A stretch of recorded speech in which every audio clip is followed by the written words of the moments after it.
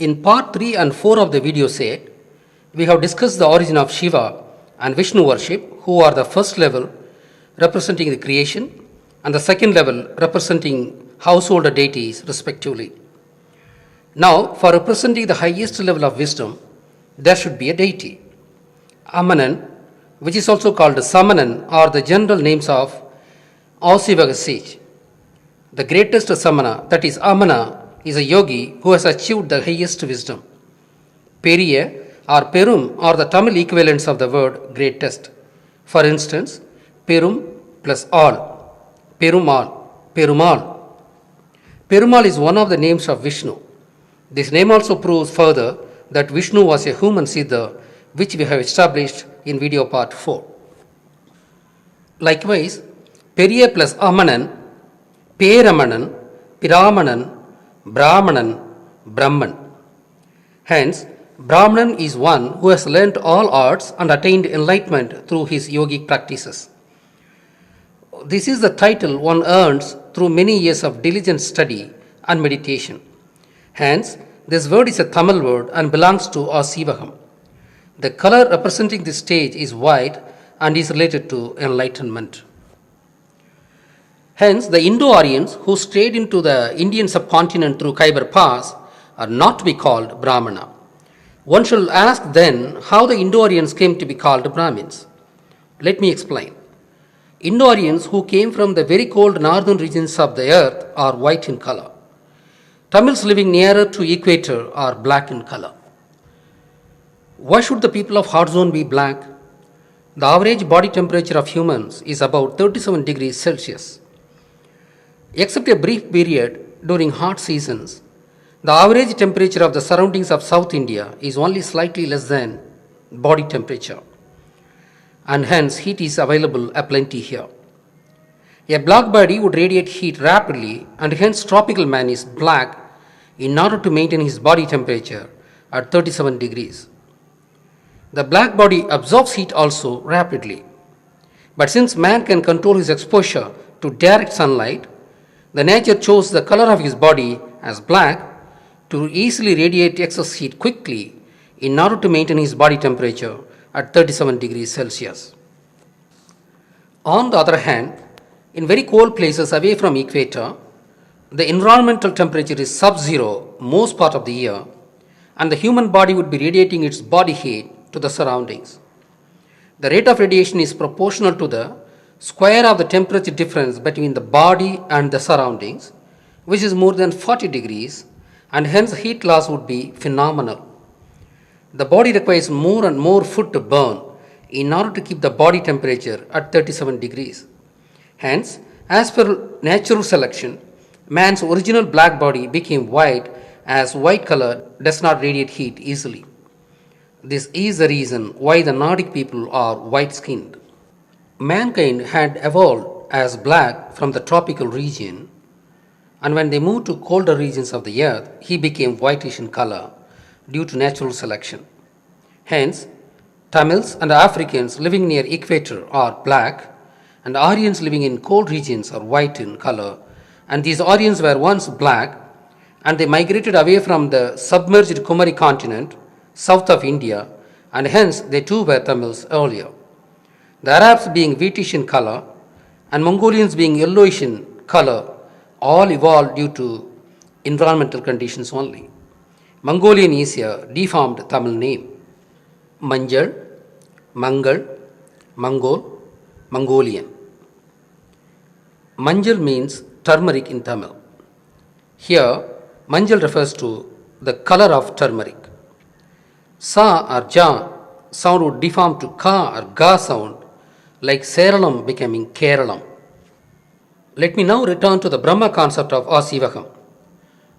During the Indus Valley civilization, Tamils lived throughout the Indian subcontinent. The North Indian, that is, Indus Tamils, were of dark brown colored skin, and South Indian Tamils were of black colored skin, which was decided by their proximity to the equator, the hottest zone. Both South and North Indian Tamils who attained enlightenment were called Brahmanan according to the Asivaka tradition, and they are attributed to the white color indicative of their wisdom. The Asivaka Siddhas who attained Brahminhood wore white dress too. The Indo-Aryans who strayed into India learned this concept of Asivakam and claimed cunningly that they qualify to be the real Brahmins as their skin color itself is white. While the Tamils could reach Brahminhood only after several years of strenuous wisdom seeking, the Indo-Aryans hijacked this concept, saying that they are Brahmins by birth, as the skin color itself was white, which according to Asivakam represents wisdom. This currency would have worked with the majority of lay Tamils, and Brahman was successfully hijacked by the Indo-Aryans.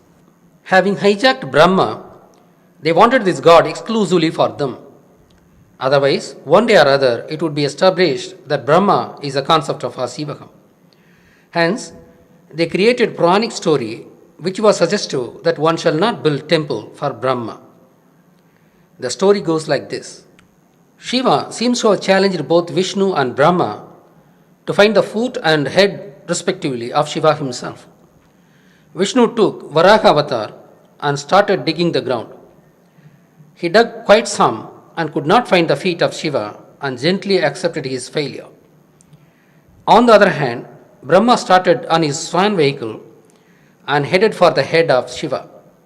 He went quite some distance up. A Tadambu came down from above, and Brahma asked where it was coming from. It replied that it was coming from the head of Shiva. Brahma asked it how long it would take to reach his head. It replied that it would be next to impossible to reach his head, as the poo itself was traveling for several yugas of time. Then Brahma asked it to be his false witness to tell Shiva that he had reached his head. When they claimed victory, Shiva cursed both for lying and said that hereon Brahma shall not have a temple and Tadambu would not be used for puja of Shiva. That was why Brahma temples were not built in India. Varaha avatar was created to loot Brahma concept from Tamils. Despite being abysmal stupidity, even the Indo-Aryan intellectuals of today are shamelessly subscribing to this story. This way, the Indo-Aryans hijacked Asivaka Brahma exclusively for themselves. We have already said that by showing their skin color, they claim that they are the Brahmins by birth, and hence they rule that every Indo-Aryan individual, irrespective of his age, has to be respected by all other colored people. Hence, the noblest Asivakam principle itself paved the way for its own demise, having been caught by the wrong hands. This should be an eye-opener for all. Even the greatest idea shall be utilized for mean ends by wrong hands. You might think that we are the first people to discover this fraud.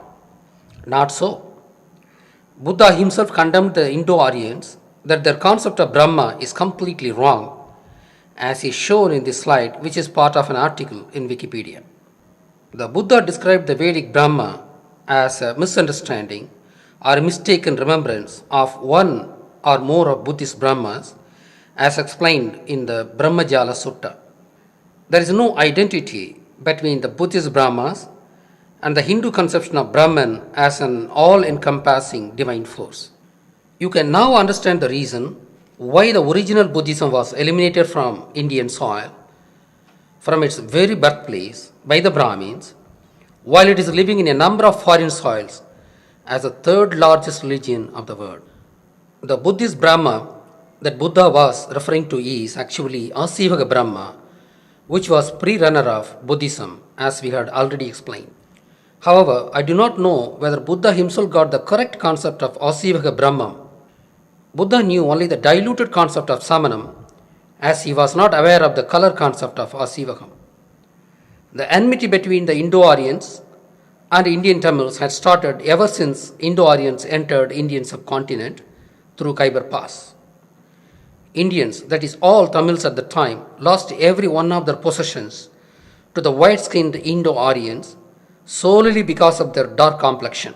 The possessions the original Indians lost to them were science, technology, astronomy, literature, fine arts like music, drama, dance, etc.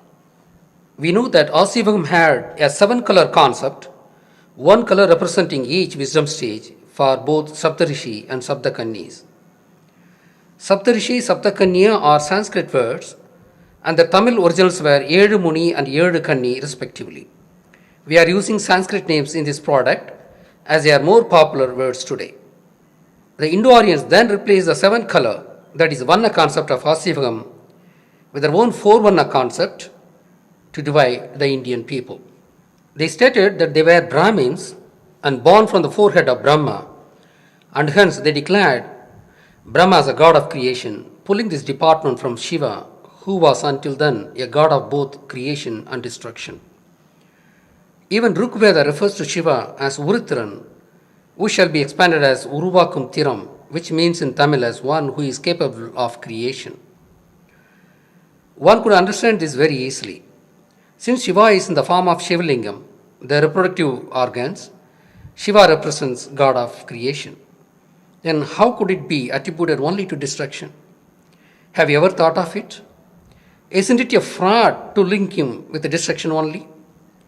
Until then, Vishnu was only a primary domestic male god and Tirumagal called Lakshmi the primary domestic female god.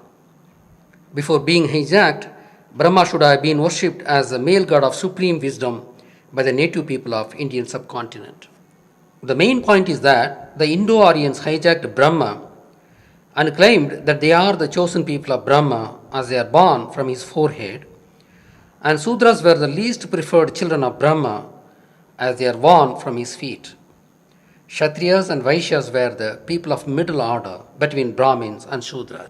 Just like Buddha and Mahavira having their own followers, Shiva, the first Tirthangara, and Vishnu, the 23rd Tirthangara, were having their own followers. The followers of Shiva were called Saivites, and the followers of Vishnu were called Vaishnavites. The word Saivam evolved from English literation of the word Sivam, and the word Vainavam evolved from the English literation of the word Vinnavam. The word Saivam spelled in English shall be read both as Sivam or Saivam. The same way, Vinnavam spelled in English shall be read both as Vinnavam or Vainavam. Hence, these new names evolved after the entry of English in Tamil Nadu. Since Vishnu was an astronomer who studied the cosmos, which is called Vin in Tamil, his followers are said to belong to Vinnavam sect. But these were part and parcel of Asivagam faith. There were temples for these sages and people visited them for worshipping them. The Indo-Aryans, seeking easy livelihood, drove out the Tamil pujaris and they became the priests of these temples. Though common people visited these temples for worshipping their chosen immortal gurus, they still visited the living siddhas of Asivagam seeking remedies for their day-to-day problems, who offered solutions free of cost. Hence, the Indo-Aryan priests could not benefit sufficiently even after taking over the priesthood of these temples. These temples were built of bricks in the pre-Christian era. Hence, well before Jnana Sambandha times, during the pre-Christian era itself, the Indo-Arya Brahmins created a well-planned rift between the kings and the Asivaga Siddhas. The Asivaga Siddhas, until then, were the advisors of the kings on various fields, occupying the Aimberayam and Enberayam ministries of the king's court.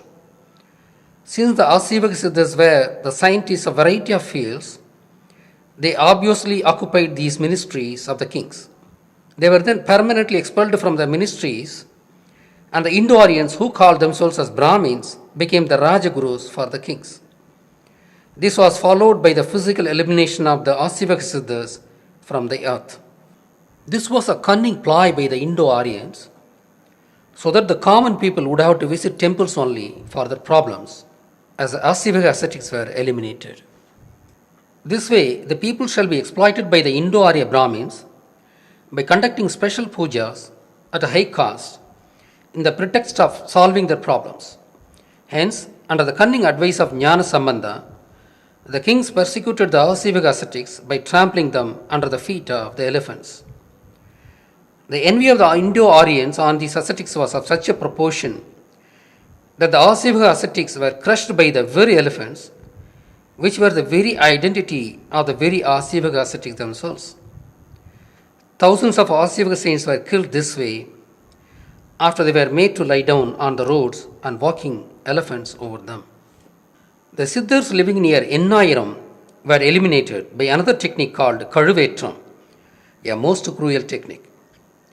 Since the identity of Asivaka Siddhas were elephants, elimination of Asivaka Siddhas is called Gaja Samhara, and one would find statues in temples where Shiva is shown wearing the skin of elephant Asura, which was killed by Shiva and poised angrily. The elephant here represents Asivakam and its ascetics. In the name of Asivaka god Shiva himself, they destroyed Asivakam. What an irony! That is a cunning skill of Indo-Aryans. Soon after eliminating the Asivaka ascetics, the Indo-Aryans started Bhakti movement. The core belief of the Bhakti movement is that if one surrenders completely to the chosen deity, he would take care of all his problems.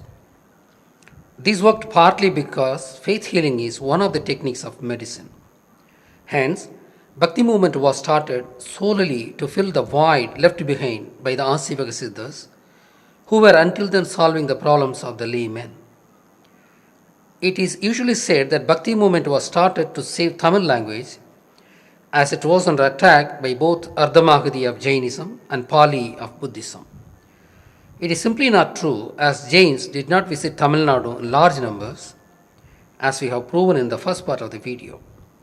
Same way, Buddhism remained a religion of coastal region, as some of the merchants followed it, and one finds some influence around Kanchipuram, the capital of Pallava kings. In fact, there was Shiva Kanchi, Vainava Kanchi, Samana Kanchi, and Buddha Kanchi before the times of Sambandha. At the time, Hinduism was not known. Shiva, Vishnu, Parsvanatha, Markali, Mahavira, Buddha represented only Samanam, as they were all Tirthankaras. Hence, Kanchi was not a secular city as it is claimed, and that notion arises from seeing the past based on the observed practice of today. In those times, they were all known saints of Asivakam. Ardhamagadi was never a language of Tamil Samanam. We are aware of the violent conflict between Mahavira of Magadha country and Markali of Kanchipuram district, both being Samana saints. That is why Parinirvana Day of Mahavira is celebrated differently in north and south of India. We shall not discuss this subject anymore in this video. Hence, it is completely wrong to think that Bhakti movement came into being to save Tamil. If that be so, how come Tamil has been eliminated from Saivite temples and was replaced with Sanskrit? Even today, Sanskrit is atrociously ruling in temples of Tamil Nadu, and the divine Tamil is totally ignored. Bhakti movement was started to fill the void left behind by the Asivaka Siddhas. To propagate Bhakti, Tamil was used as a tool, as it was a very powerful language and the language of the sons of the soil.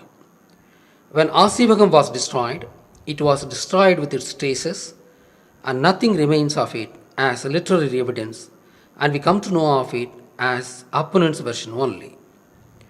But there were some fringe people who kept the tradition going so that these informations were available and we could bring back to life the Tamil's long lost tradition of philosophy, culture, and way of life.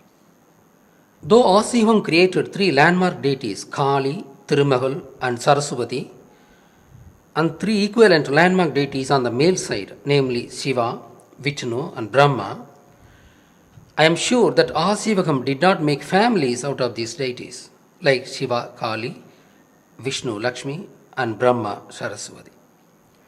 The reason is that all the female deities are only symbolic, while the male deities, especially Shiva and Vishnu, were human siddhas who attained nirvana and parinirvana. Among male deities, only Brahma was a symbolic deity. Unlike Shiva, Vishnu, the parinirvana day of Brahma is not celebrated, and this proves that Brahma was only a symbolic deity. And moreover, all the Tirthankaras of Asivagam shall be called Brahmana, and hence there wasn't any Siddha to be specially called Brahmana, and hence it was only a symbolic deity. Hence, Shiva and Vishnu being human Siddhas, and Kali and Lakshmi being symbolic deities, there is no way that they were made families by Asivaga tradition. Hence, I feel strongly that this should have been done by the Indo-Aryans to build Hinduism and to erase any trace of their association with Asivagam. After constructing the three families, Asivaga primary deity, the Vinayaka, was inducted into Sivan Kali family as her elder son, albeit with an ugly story. We shall see Murugan was again an Asivaga Siddhar who was inducted into Shivan Kali family as a second son in part 6 of the video set. To hide the fact that Muruga was an Asivaga Siddha, the Indo-Aryans created Wisdom Mango story, and that as Vinayaka had won the Wisdom Mango, Muruga took to sannyasa and settled on Palani Hills. The funny thing here is that while Muruga was a real human Siddha and Vinayaka was only a symbolic deity representing a Siddha, the Indo-Aryans cleverly concocted a story pitting one against the other. More in video part 6. The Indo-Aryans destroyed Asivagam as the Siddhas were very critical of the ways of the Indo-Aryans, just like Buddha was against them. Moreover, ancient Tamil country was very rich compared to the rest of India, and the Asivaga ascetics were like Nandi, preventing the Indo-Aryans looting the rich Tamil country. Hence, the Indo-Aryans were quite vengeful against the Asivaga ascetics. We have literary evidence to show the cunning and destabilizing acts of Indo-Aryans in Tamil country, but that is beyond the scope of this video. Let us now return to the discussion on Asivagam. Since Asivagam existed for several thousands of years, Vinayaka, its primary symbol, was inducted into Sivan Kali family as her elder son to totally erase the history of Vinayaka along with Asivagam. Even though Vinayaka image itself was a fairly new compared to the age of Asivagam, Vinayaka is still called wholesome and primary god only because it represented Asivagam, which was a very ancient concept. Despite the fact that people forgot Asivagam as such, the basic info that it was the primary faith lingered in their mind. According to Hindu Puranic stories, the three Murtis were originally created by Vinayaka. To substantiate that story, the picture being shown now has just one body and with heads of Shiva, Vishnu, and four faces representing Brahma. Above all these faces, there is another face which is of Vinayaka.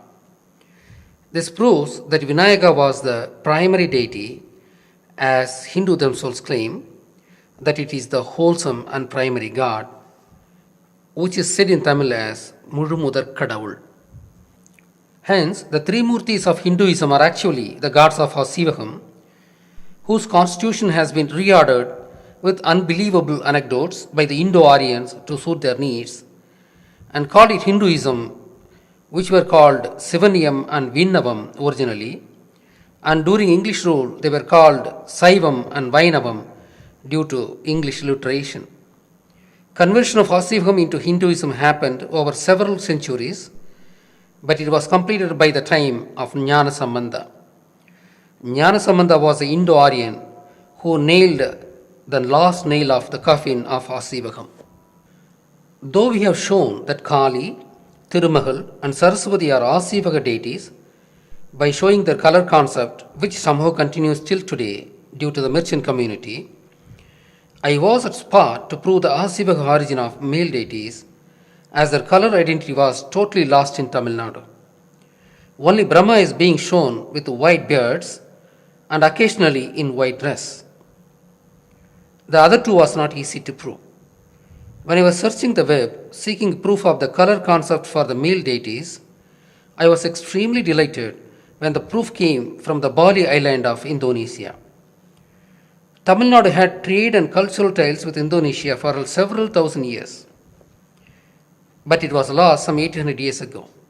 Since Indonesia lost its ties with Tamil Nadu, it could retain the age old practices as there was no vested interest like Indo-Aryans of India to destroy that practice. Gajigova, meaning elephant cave, of 9th century is situated at Ubud in Bali island of Indonesia. Within the cave, there are two chambers facing each other. In the chamber which faces the west, there is a Vinayaka statue, and the opposite cave facing east, there are three lingams. These are not Sivalingam, which means the phallus is not seen with the yoni. Hence, these lingams represent three male deities. This is a very important point. The same is said by the locals that these are Shiva, Brahma, and Vishnu, and variety of blogs and articles confirm the same. Now, the important point is that Sivan is decorated with the black cloth, Brahma the white cloth, and Vishnu with the red cloth. It is not a fluke chance, and these are not decorated randomly, and it is always dressed in the same scheme, is proven by a number of such images we could get, and all are dressed in the standard way. Hence, we conclusively prove that Shiva, Vishnu, and Brahma were originally Asivaka deities like their female counterparts. In the Vinayaka chamber, we see recesses or niches for meditation to be used by Siddhas, which proves that Asivakam was practiced at Bali too, and that Vinayaka was the god of Asivakam. The cave entrance is decorated with a carving of elephant, which proves that this is the center of Asivakam, as elephant symbolizes Asivakam, apart from the main god of the cave, Vinayaka, which was the primary deity of Asivakam. Hence, we have proven that the so-called Hinduism of today was constructed out of Asivaka deities only. The only thing that the Indo-Aryans did was to create obnoxious Puranic stories to explain their constructs and organization of the gods of Asivakam. Despite all the Puranic stories, unbelievable notions are omnipresent in their stories. For instance, Brahma was shown created out of umbilical cord of Vishnu, who is a male deity. Let me repeat, out of umbilical cord of Vishnu, a male deity. And again, another stupidity is that Brahma is having white beard and shown old, while Vishnu is shown young and clean shaven. How can an old person emerge from the umbilical cord of an young person? According to Asivakam, Brahma should be an aged person of wisdom, as it takes years of time to master all the arts and then attain nirvana stage. This general information remained in the minds of the people, which is reflected in Hinduism description also, rendering Brahma as old aged. But Indo-Aryans concocted the unfitting story that old aged Brahma emerged from the umbilical cord of the young Vishnu. Among Yelu Munis and Yelu Kannis, the seventh color is transparent, and hence it is not expected to be having an image. That means the seventh one is the same for both Munis and Kanyas, and hence it has no form and no sex, and is called Parabrahma, a supreme wisdom, a divine force which manifests as nature, of which we are all part of. Hence, a person of Asivaka faith could choose his deity, one with an image of his choice among the six, or without it, that is seventh, as per his emotional, intellectual, or philosophical needs. In fact, Asivakam is the container of all religious forms of the world, worshipping symbolic deities like that of Hinduism, worshipping philosophical gurus like Christianity, Jainism, Buddhism, etc., worshipping formless God like that of Islam as Parabrahman, worshipping humanoids like Ganesha, as was with the ancient Greek customs, and finally, worshipping elephant, snake, etc., called animism, Hence, Asivagam by its constitution is a synonym of secularism. This is so because Asivagam is the first and most ancient and most mature faith of humankind and created by Tamil Siddhas who have no parallel in the entire history of the world. Before ending this treatise, we shall like to discuss one important info. In every village in Tamil Nadu, one shall find on a raised platform a lone Vinayaka flanked in either side by a twisted snake pair and under a peepal tree. The peepal tree is called Arasamaram in Tamil, which means government tree. It is called so because the village is administered from under this tree, as this tree offers cool and very big shade to accommodate large gathering. If there is anything to be discussed, the village people assemble under the tree and democratically arrive at solutions. The peepal tree is called Arasamaram for yet another reason also. If there is any message from the king, it would be announced to the people under this tree after collecting the village people by tom-tom sound. The Vinayaka under the Arasamaram is believed to guide villagers in finding solutions to the problems of the village. Villagers regularly worship this deity. In fact, Vinayaka is supposed to be doing what Asiyoga Siddhas were doing in the past. The twisted snake structure implies that Vinayaka is assisted by the awakened Kundalini Shakti in delivering solutions to the villagers. Kundalini would have been a distorted word which would have been originally called Kundriyanagam or Surandanagam in Tamil. Since Vinayaka represents Siddhas who are seen by the lay Tamils as people of medicine, and since Siddhas are related to twisted snakes reflecting their yogic power, the emblem of medicine of the world happens to be Caduceus, said to be a Greek symbol, which originated actually from Tamil Nadu, and this needs no further elaboration. The peepal tree and Vinayaka are always installed near water sources, whether they be man-made sacred tanks or lakes or natural rivers. This would provide water needs of the people who assemble under the tree for discussing issues. One more interesting observation could be made here. Saraswati goddess is called so and she is said to live in Tadagam, that is, a water body. Sarasu means water body and Vati means one who resides. Saraswati is the one who resides on water. We have already stated that many of the Tamil words starting with the sound A would also start with the sound Sa with almost the same meaning or related meaning. Hence, Arasamaram with Vinayaka is always planted on the banks of the water body where Saraswati was supposed to reside. She should have been originally called Araswati, that is, one who lives near the premises of the government, as she is the lady god of wisdom and hence helps the administrators with wisdom. Hence, Araswati would have been called Saraswati, and hence this way Sarasu would have meant water body. The viewer would have seen how Tamil people are related to Arasamaram and can compare the role of peepal tree in Indus civilization. That is, female goddess is always seen with the peepal tree, which is nothing but the Arasamaram. This might be yet another proof linking Indus Valley civilization with the Tamils. Hence, Brahma and Saraswati were not the gods of Indo-Aryans, and they are part and parcel of Asivagam faith. In the discussion so far, we have left out Indra, who again is a Tamil god of the seas. We shall bring out a video later on this topic, giving ample proof of our standing on this. In our next video, we shall investigate who the god Muruga is.